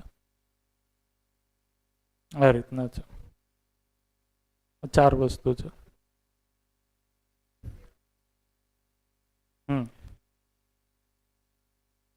આવી ગયા. હા, રાઈટ. તો જ્યારે હું ન્યાયપૂર્વક જીવું છું, કે મારી અંદર ન્યાયપૂર્વક જીવવાની પ્યાસ છે, તો એ કોની અભિવ્યક્તિ છે? તો એ વ્યાપકની જ એક અભિવ્યક્તિ છે, વ્યાપકનું જ એક એક્સપ્રેશન છે. તો જ્યારે હું આચરણ કરતી સમયે ન્યાયપૂર્વક જીવું છું, અથવા મારી સાથે કોઈ ન્યાયપૂર્વક જીવે છે, તો મારી અંદર જે તૃપ્તિ છે એ તૃપ્તિ છે એ વ્યાપકનું એક્સપ્રેશન છે, વ્યાપકની અભિવ્યક્તિ છે. વિચાર સમયે જ્યારે હું સમાધાનમાં છું, એટલે કે તાર્કિક રીતે હરેક કેવું અને કહેવાનો ઉત્તર છે, એ સમયે એ સમાધાન સ્વરૂપે ઉપલબ્ધ છે. તો દર્શનનું આ પહેલું સ્ટેપ એ છે, જે આપણે પૂરી રીતના આપણે ન કહી શકીએ, કે દર્શનના સંપૂર્ણ અધ્યયન પછી તમારા જે તાર્કિક રીતના જે પ્રશ્નો છે એની તૃપ્તિ થઈ જાય છે. તો જે તાર્કિક રીતના પ્રશ્નોના કારણે જીવનમાં જે એક કોલાહલ હતો, એ વૈચારિક રીતે છે એ શાંત થઈ ગયો. વિચારના લેવલ ઉપર છે એ શાંતિ, એટલા માટે કીધું. તો દર્શનની વાંચવાથી, પઠનથી આટલી ઉપલબ્ધિ થાય છે. શું? તાર્કિક રીતના હવે તમને કોઈ પ્રશ્ન રહેતા નથી. જેમ કે ભાઈ પતિ પત્ની સંબંધમાં હું પત્નીથી પરેશાન છું, શું કરવું મારે, કાંઈ ખબર પડતી નથી. આ શું છે? વિચારમાં જ છે એ સમસ્યા છે. તો હવે તાર્કિક રીતના તો ખબર છે કે ન્યાયપૂર્વક જીવવાનું છે, જીવી નથી શકતો. તો હવે જીવી નથી શકતો એ પ્રશ્ન છે, પણ ન્યાયપૂર્વક જીવવાનું છે એ ક્લિયર છે. એ સમાધાન સ્વરૂપે ઉપલબ્ધ છે. કાર્ય વ્યવહારમાં જ, વ્યવસાયમાં છે એ નિયમ સ્વરૂપે ઉપલબ્ધ છે, અને અનુભવ સમયે છે એ આનંદ સ્વરૂપે. તો તમે આ જો ઉપરની અભિવ્યક્તિ જોશો તો એ સૂક્ષ્મ છે, ધીમે ધીમે છે એ કાર્ય વ્યવહારમાં સ્થૂળ એનું સ્વરૂપ જોવા મળે છે, બરોબર. વિચાર અને આચરણમાં છે એમાં પણ સૂક્ષ્મ સ્વરૂપ જ જોવા મળે છે. આચરણનો ભાગ અભિવ્યક્તિમાં જે આવશે એ સ્થૂળ છે. તો આ વ્યાપકને છે આ સમજવાનું છે. આ સમજીને જીવનમાં જો હું જોવા જાઉં તો જીવનમાં જે આ મારી અંદર આચરણ સમયે આ બધી વસ્તુઓની જે પ્યાસ છે એ રીતના છે એ આ સમજવું છે એ ઉપયોગી છે. તો મારી અંદર આ સમજવા માટે જે પ્યાસ છે, અને જ્યાં સુધી સમજ નથી ત્યાં સુધી જે બેચેની છે, એનું કારણ શું છે? તો કે તાત્વિક રીતે અસ્તિત્વ સહજ રીતના વાસ્તવિકતાનું ઉદ્ઘાટન મારી સામે થયું નથી, એટલા માટે એની પ્યાસ બનેલી છે. હવે વાસ્તવિકતાનું ઉદ્ઘાટન છે એ મારી સામે છે, તો હવે મને જે તાર્કિક રીતના પ્રશ્નો હતા એનું સમાધાન થઈ ગયું છે. તો આને હવે છે એ આપણે પરમાણુમાં, આના પછી આપણે જોઈએ તો પરમાણુ ઉપર બધા લોકોના, કારણ કે ચૈતન્ય પરમાણુ છે એના ઉપર એ પ્રશ્ન હતા, તો હવે આપણે પરમાણુ શું છે એને સમજવાની ટ્રાય કરીએ. આમાં કોઈને હજી ક્વેશ્ચન હોય તો પૂછી લો, જોવો જોઈએ એકવાર.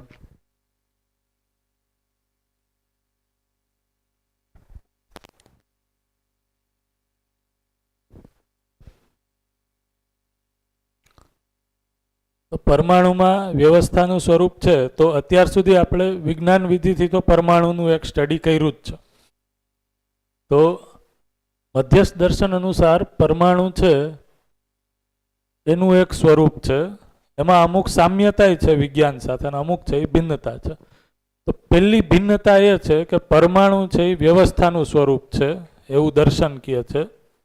વિજ્ઞાન છે એવું કહે છે કે આ છે એ અવ્યવસ્થા છે, અહીંયા જ છે એ કેઓસ છે, અંતર્દ્વંદ છે, અંતર્દ્વંદનું અભિવ્યક્તિ છે પરમાણુ છે, રાઈટ. એના કીધું કે ડાઇલેક્ટિક નેચર ઓફ એટમ એવું કહે છે. તો અહીંયા પરમાણુમાં વ્યવસ્થા છે, ત્યાંથી સ્ટાર્ટ થાય છે. તો પરમાણુ છે એ શું છે, તો કે વ્યવસ્થાની સૂક્ષ્મતમ ઇકાઈ તરીકે પરમાણુ છે. પરમાણુ છે એ વ્યવસ્થાની સૂક્ષ્મતમ ઇકાઈ છે.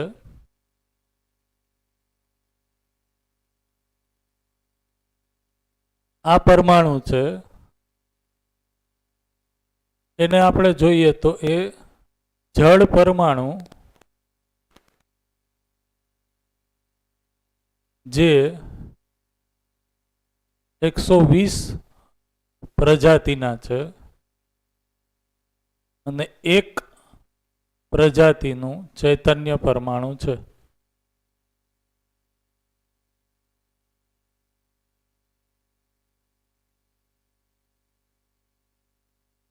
જો આપણે પહેલા જળ પરમાણુ જોઈએ, આ જળ પરમાણુ છે જે 120 પ્રકારના છે, આ બધાને છે એ કીધા ગઠનશીલ પરમાણુ છે.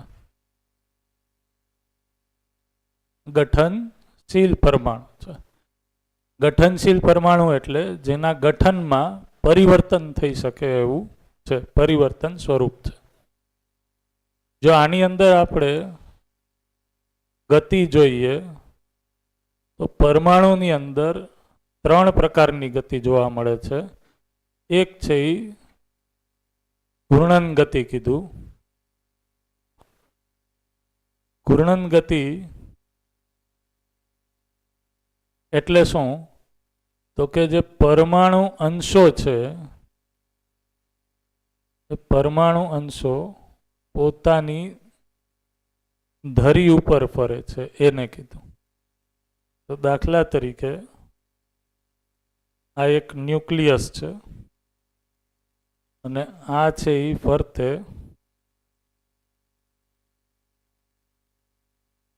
આ રીતના ફરે. આને હવે થોડુંક છે ધીમે ધીમે આપણે રિયાલિસ્ટિક કરીએ, બરોબર. રિયાલિસ્ટિક એટલે ચિત્રણ છે એ વધારે સટીક થાય. આ ન્યુક્લિયસ છે, તો આ જે ગોળ દોર્યું હતું એ આ રીતના એકચ્યુઅલમાં ઇલિપ્ટિકલ ટાઈપનું છે, લંબગોળ ટાઈપનું છે. આ પરમાણુ અંશો છે. તો આ પરમાણુ અંશો પોતાની ધરી ઉપર છે એ ફરે છે. આને કઈ ગતિ કીધી? ઘૂર્ણન ગતિ. પોતાની ધરી ઉપર ફરે છે, સાથે સાથે આ પરમાણુ અંશો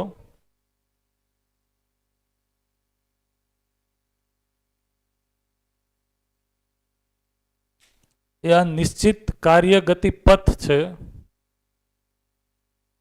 અને કીધું નિશ્ચિત કાર્ય ગતિ પથ, એને કીધું પરિવેશ. એ પરિવેશમાં પણ ફરે છે. આ જે ગતિ કીધી એને કીધી વર્તુળાત્મક ગતિ.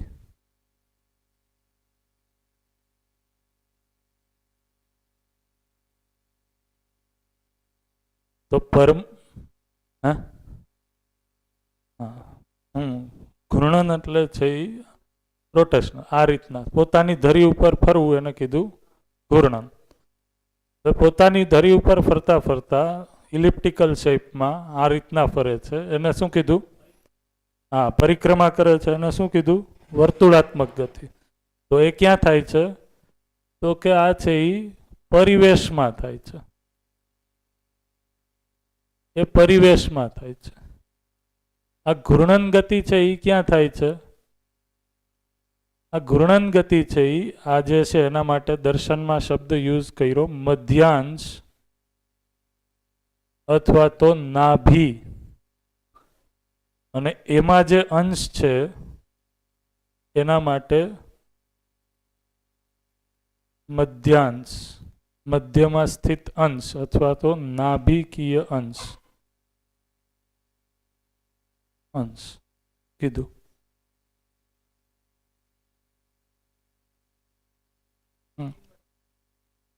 ન્યુક્લિયસ માટે મધ્યાંશ શબ્દ યુઝ કરે છે દર્શનમાં. અને આ આખું જે છે સંયુક્ત એના માટે છે એ મધ્યાંશ, અને એમાં જે કણ છે એને મધ્યાંશ જ કે મધ્યમાં સ્થિત અંશ એને કીધું મધ્યાંશ.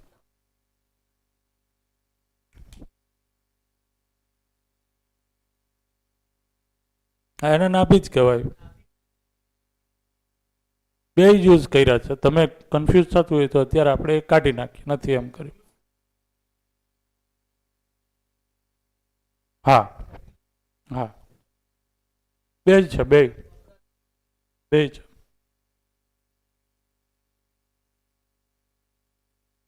જળ પરમાણુ શીખીએ છીએ. જળ પરમાણુમાં આપણે બે વાળી રચના અત્યારે લીધી છે. બે થી સમજીએ, બાકી બધી છે એ સમજાશે. તો વર્તુળાત્મક ગતિ છે એ ક્યાં છે? તો કે પરિવેશમાં છે. ઘૂર્ણન ગતિ છે એ ક્યાં છે? તો કે મધ્યાંશમાં છે અને પરિવેશમાં પણ છે. તો ઘૂર્ણનપૂર્વક છે એ વર્તુળાત્મક ગતિ છે એ કરે છે. વર્તુળાત્મક ગતિ છે એ અહીંયા જે પરિવેશમાં ફરવાનું છે એને કીધું વર્તુળાત્મક ગતિ. અને ત્રીજું જે ગતિ જોવા મળે છે, જે આ ઘૂર્ણન અને કંપન ગતિનો સંમિલિત પ્રભાવ છે, એને કીધું કંપન ગતિ. હું એને અહીંયા જ લખી નાખું, કંપનાત્મક ગતિ.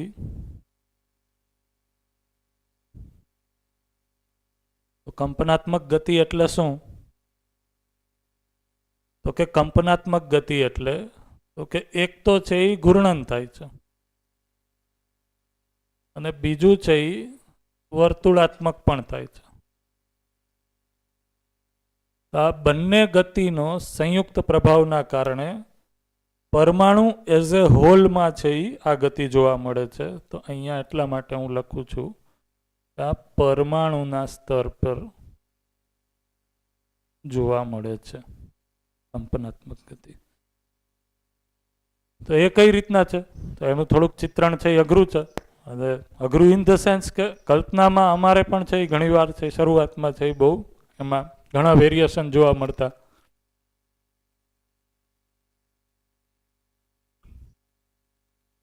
યોગિક છે એટલે એમાં ત્રીજી પ્રકારની જોવા મળે જ છે. ત્રીજી છે ને એવું નથી, ત્રીજી જ છે.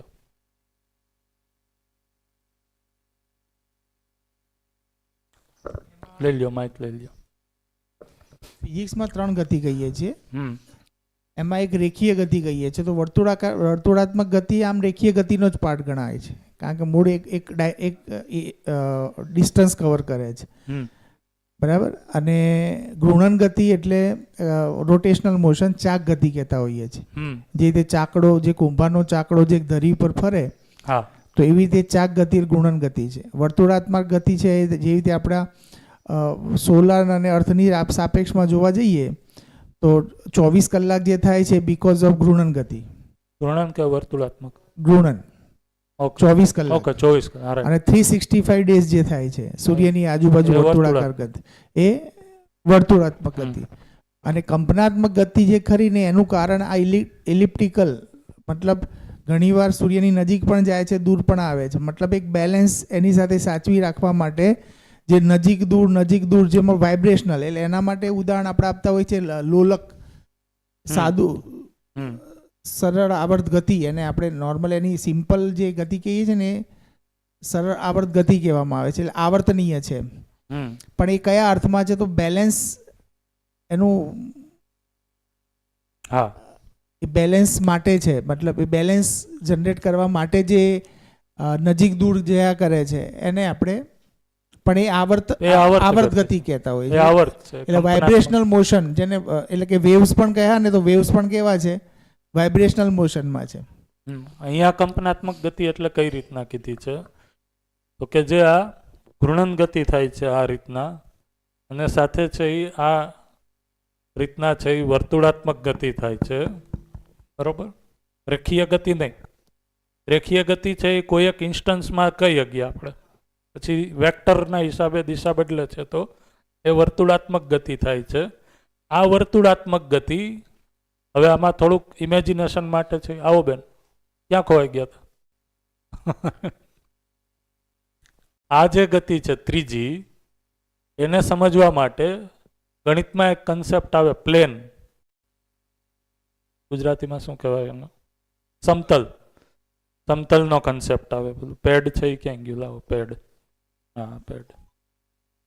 તો આ છે એ એક સમતલ છે, બરોબર? હવે હું આને આમ બદલાવી નાખું તો આ સમતલ ચેન્જ થઈ ગયું. આમ કે આમ, આ બધાય સમતલ છે એ અનંત સમતલ છે એ આ રીતના બનશે અલગ અલગ ડાયરેક્શનમાં, બરોબર? તો આ જે કંપનાત્મક ગતિ થાય છે એ કેના કારણે થાય છે?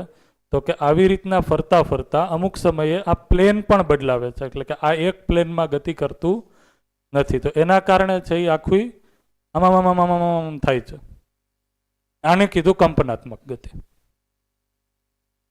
તો આ એઝ એ હોલ પરમાણુમાં થાય છે. પરમાણુની અંદર છે એ આમ ગતિ થાય છે, બરોબર? ધૂણતો હોય કંપન, બરોબર? એને નાગરાજજીએ છે એ નૃત્ય કીધું છે. નૃત્ય થાય છે આ રીતના. આમાં અંદર બીજું હજી ઓલું ગતિ એ છે, બરોબર? એ મારાથી નહીં થાય, મારે આખું નાચવું પડશે. આ નિશ્ચિત દૂરી મેન્ટેન થતા જ થાય છે, રાઈટ?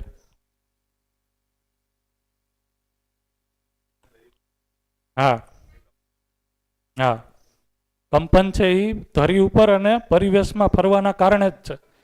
કારણ કે આમ ફરતા ફરતા છે એ આમ ગયું, પછી કોઈ સમયે એ પ્લેન ચેન્જ કર્યો એટલે છે એ આખું છે એ સમતલ ચેન્જ થાય છે. હા, નિશ્ચિત દૂરી મેન્ટેન જ રહેશે, નહીં થાય. એને કઈ રીતના કરશું એ હમણાં આગળ જોઈએ આપણે, નિશ્ચિત દૂરી કઈ રીતના થાય છે. તો આ જે રીતના થાય છે એના કારણે પરમાણુ એઝ એ હોલમાં એક પ્રકારનું કંપન જોવા મળે છે, બરાબર? અનુભવમાં નાગરાજજીએ કઈ રીતના જોઈએ છે વિચારો, બરાબર? તો આપણે છે એ અત્યારે કલ્પનાપૂર્વક જોઈએ છીએ. તો આ રીતના છે એ ઘૂર્ણન ગતિ, ધરી ઉપર ફરવું, વર્તુળાત્મક ગતિ, પરિવેશમાં ફરવું, અને એના સંમિલિત પ્રભાવ સ્વરૂપે આ પરમાણુ અંશ છે એ પ્લેન ચેન્જ કરે છે. એ પણ એક સ્પીડમાં છે, એના કારણે છે એ કંપન જોવા મળે છે. આ ત્રણ ગતિ છે એ પરમાણુની અંદર છે જોવા મળે છે, બરોબર? ઘૂર્ણન ગતિ છે મધ્યાંશમાં જે અંશો છે, મધ્યાંશ નાભીમાં જે અંશો છે એની અંદર છે એ ખાલી ઘૂર્ણન ગતિ જ છે, રાઈટ? એમાં છે એ બીજી કોઈ ગતિ આવશે નહીં. આની અંદર છે એ ઘૂર્ણન અને વર્તુળાત્મક ગતિ એ છે. અને એઝ એ હોલ આખા પરમાણુમાં છે એ, કારણ કે એ આખું પ્લેન ચેન્જ કરતો હોવાથી ગતિપથ છે, આ જે ગતિપથ છે, અને આ રીતના કહી શકીએ કે પ્લેન ચેન્જ કર્યું હવે નેક્સ્ટ ટાઈમ, તો એ આ રીતના આમ આવતો રહ્યો, પછી છે એ આ રીતના. તો વધારે આમાં મિક્સ ન થઈ જાય એટલે હું વધારે ડ્રો નથી કરતો, પણ આ રીતના છે એ પ્લેન ચેન્જ થાય છે. એ ત્રીજી ગતિ કીધી કંપનાત્મક ગતિ. આ ત્રણ ગતિ છે એ પરમાણુમાં ગતિ સ્વરૂપે જોવા મળે છે. આ ત્રણેય ગતિના અંતે, અને એમાં આપણે જો આ કંપનાત્મક ગતિ કહીએ તો કંપનાત્મક ગતિના અંતે આ પરમાણુ છે એ એક નિશ્ચિત ગઠનમાં, નિયંત્રણમાં, સંતુલનમાં જોવા મળે છે. તો આ જે કંપનાત્મક ગતિ છે એ સંતુલન ના અર્થમાં છે. સંતુલન નું એક્સપ્રેશન છે, અભિવ્યક્તિ છે.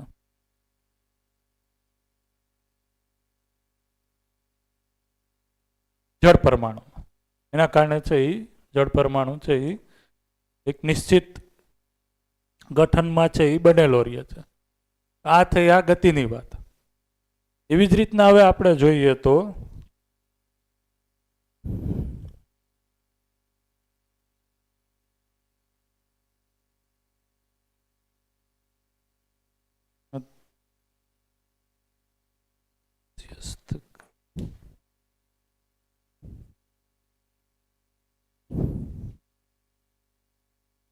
મધ્યસ્થ ક્રિયા શું છે પરમાણુમાં એ પણ સમજીએ. મધ્યસ્થ ક્રિયા અહીંયા મને સહેજ ગરમી થાય છે, ચાલુ કર્યું છે. ઓકે, તો મધ્યસ્થ ક્રિયા છે એ શું છે? તો કે મધ્યાંશમાં એટલે કે નાભિકીય અંશ જે છે એ આજે ઘૂર્ણન ગતિ કરે છે. એ ઘૂર્ણન ગતિના કારણે એની અંદર છે એ ચુંબકીયતા છે એ બને છે, ચુંબકીય બલ. તો હરેક પરમાણુ અંશ છે એ પોતાનામાં એક સૂક્ષ્મ, અતિ સૂક્ષ્મ છે એ ચુંબક જ છે.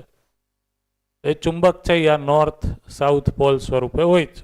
અધ્યયનમાં એને વધારે ડિટેલમાં જોશો. એ આ જે ચુંબક સ્વરૂપે છે એના કારણે એની અંદર ચુંબકીયતા છે. એવી રીતના અહીંયા જેટલા અંશો ભેગા થઈ ગયા એના કારણે એક મોટું ચુંબકીય ક્ષેત્ર છે એ મધ્યાંશમાં જોવા મળે છે. તો મધ્યાંશ એટલે મધ્યમાં સ્થિત બધા અંશો, નાભિકીય અંશો. મધ્યાંશમાં બધા અંશોના સંયુક્ત ચુંબકીય પ્રભાવને લીધે આ જે પરિવેશીય અંશ છે એ પરિવેશીય અંશને એ સંતુલનમાં રાખે છે. એને જ શું કીધું? તો કે એને જ કીધું કે એક નિશ્ચિત કાર્ય ગતિપથમાં એને રાખે છે, જેને કીધું પરિવેશ છે એ એક ફિક્સ કરે છે. જ્યારે આ પરિવેશમાં એ મધ્યાંશથી દૂર જાય છે, મધ્યાંશથી છે એ અહીંયા દૂર ગયા તો એ બહાર ન નીકળી જાય એટલા માટે મધ્યાંશ તરફ બળ લગાડે છે. આને કીધું આકર્ષણ બળ છે એ આ બધા મધ્યાંશ છે એ ભેગા થઈને આ જે ચુંબકીયતા છે એને લઈને આકર્ષણ બળ છે એ લગાડે છે. એવી જ રીતના આ કાર્ય ગતિપથ એટલે કે પરિવેશથી વધારે નજીક આવી જાય છે તો એ વિકર્ષણ બળ લગાડીને એને છે એ દૂર રાખે છે.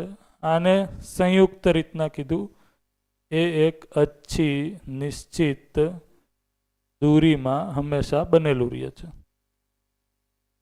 એ હંમેશા એક અચ્છી નિશ્ચિત દૂરીમાં બનેલું રહે છે. તો આ જે અચ્છી નિશ્ચિત દૂરીમાં બનેલું રાખે છે એ બળને મધ્યાંશનું મધ્યસ્થ ક્રિયા દ્વારા થાય છે એમ કહેવાય. રાઈટ? મધ્યસ્થ ક્રિયા છે એ શું કરે છે? અચ્છી નિશ્ચિત દૂરીમાં છે આ જે પરમાણુ અંશો છે ઓર્બિટના એને એ રાખે છે. રાઈટ?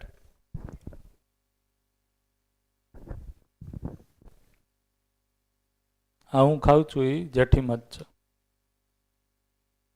થોડીક વારે મારે કહેવાનું છે એવું કીધું મને. થોડોક ગયડો હોય, ટેસ્ટ કરવો હોય તો છે મારી પાસે ઘણા, તમ તારા લઈ જાજો.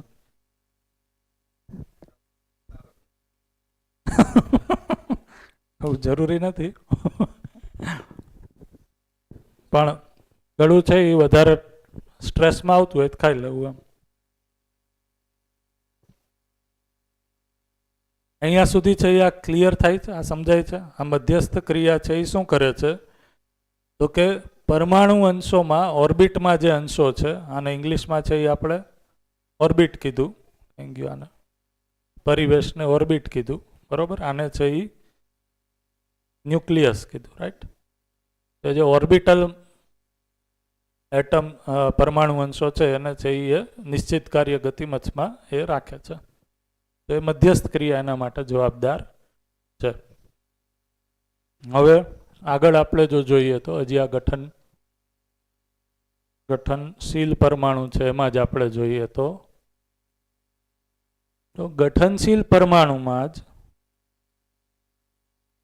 જે આ મધ્યસ્થ બળ છે, બરોબર, એ મધ્યસ્થ ક્રિયાના કારણે અહીંયા આ રીતના રાખે છે ને સાથે સાથે છે એ આ પરિવેશીય અંશોની ચુંબકીયતા અને મધ્યાંશના અંશોની ચુંબકીયતા આના સંયુક્ત પ્રભાવ સ્વરૂપે પરમાણુમાંથી તાપ, ધ્વનિ અને વિદ્યુત જોવા મળે છે. તો કારણ કે ચુંબકીય ક્ષેત્ર છે, અને કીધું તાપ, આવું થોડુંક કરીએ એટલે ધ્વનિ, વિદ્યુત, અને કેમ કહેવાય ડ્રો કેમ કરામ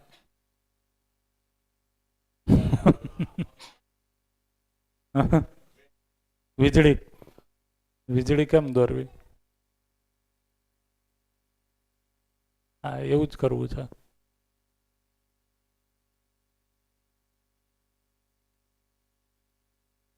બહુ એક્ઝેક્ટ એવું ન થયું પણ એ અહીંયા જોવા મળે છે, બરોબર?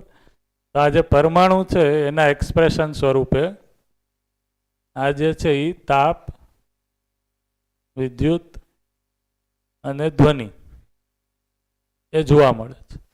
તો આ જે તાપ, વિદ્યુત અને ધ્વનિ છે, હા, આ જે ગતિઓ થઈ અને આ ગતિઓમાં હરેક પરમાણુ અંશ છે એ પોતાની અંદર ચુંબકીયતા સાથે છે જ. તો આ ચુંબકીયતાના સંયુક્ત પ્રભાવ સ્વરૂપે આ પ્રભાવ છે એ જન્મ લે છે.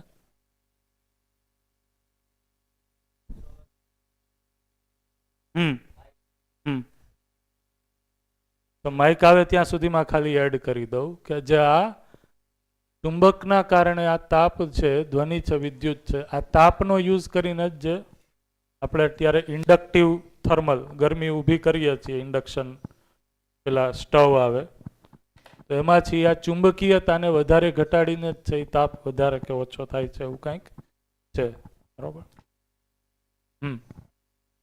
એવું છે કે અંશોનું જે ચુંબકત્વ છે અને એનો જે ફ્લક્સ તૈયાર થાય છે, એ ફ્લક્સ જ્યારે ગતિમાં એકબીજાને કાપે છે એટલે એમાં એ કાપતા કાપતા ધ્વનિ પણ ઉત્પન્ન થાય છે અને વિદ્યુત પણ ઉત્પન્ન થાય છે, રાઈટ? અને સાથે સાથે જે ઘર્ષણ થાય છે ને એમાં જ તાપ ઉત્પન્ન.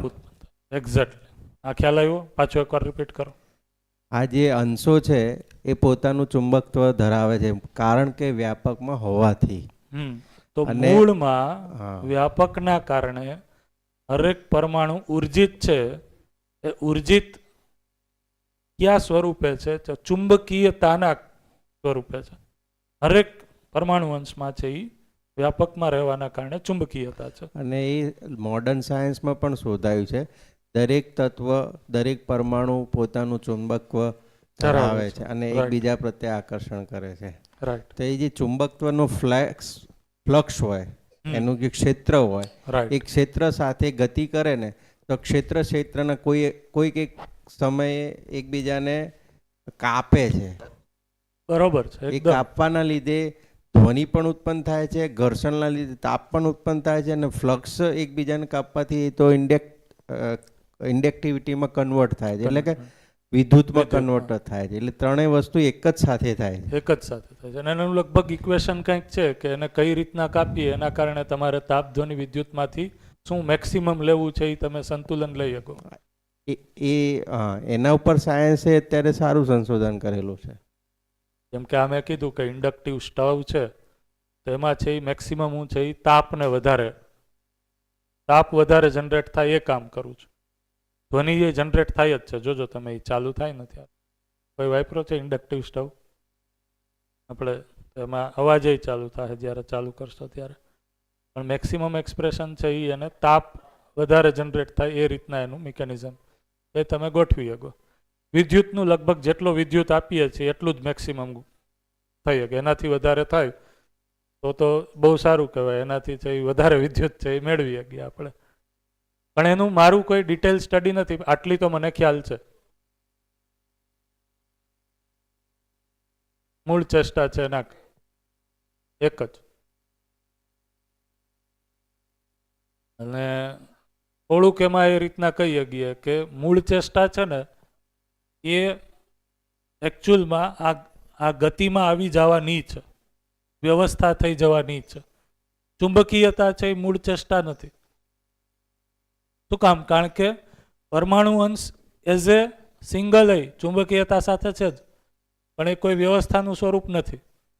જ્યારે એ એક પરમાણુના ગઠનમાં આવી જાય છે ત્યારે એ વ્યવસ્થાનું સ્વરૂપ છે. તો એ વ્યવસ્થાના ગઠનમાં આવી જવા માટે આ ક્વેશ્ચન સરસ છે. આને શું કીધું? તો કે જો કે આપણે શ્રમ ગતિ અને પરિણામમાં એ મૂળ ચેષ્ટા લેવાના છીએ. તો આ જે પરમાણુ અંશ છે એ અસ્તિત્વમાં રેન્ડમ મોશન કરતો આ પરમાણુમાં અહીંયા આવી ગયો. તો આ જે આવી અને ફરવાની જે પ્રવૃત્તિ છે એને મૂળ ચેષ્ટા કીધું. આવવાની જે પ્રવૃત્તિ છે એને મૂળ ચેષ્ટા કીધું. તો મૂળ ચેષ્ટા એટલે શું? મૂળ ક્રિયા. તો મૂળમાં જેટલી પણ ક્રિયાઓ થાય છે ક્રિયાઓના મૂળમાં છે એ કારણ કે વ્યવસ્થામાં આવી જવાની પ્રવૃત્તિ છે. એટલા માટે એ ક્રિયાના કારણે મોટા સ્વરૂપે ક્રિયાઓ છે એ ઉપલબ્ધ છે. જળવાઈ રહેવું.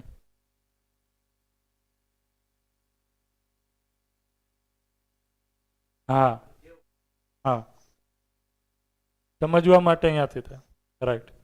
તો જે સાયન્સમાં છે એને બિગ બેંગ કહે છે મૂળ ચેષ્ટા, બરોબર. અને અહીંયા છે એ આપણે શું કહીએ છીએ, પરમાણુના લેવલ ઉપર જ જે પરમાણુ અંશોની અંદર એક પ્રવૃત્તિ છે વ્યવસ્થામાં ગોઠવવાની એને કીધું.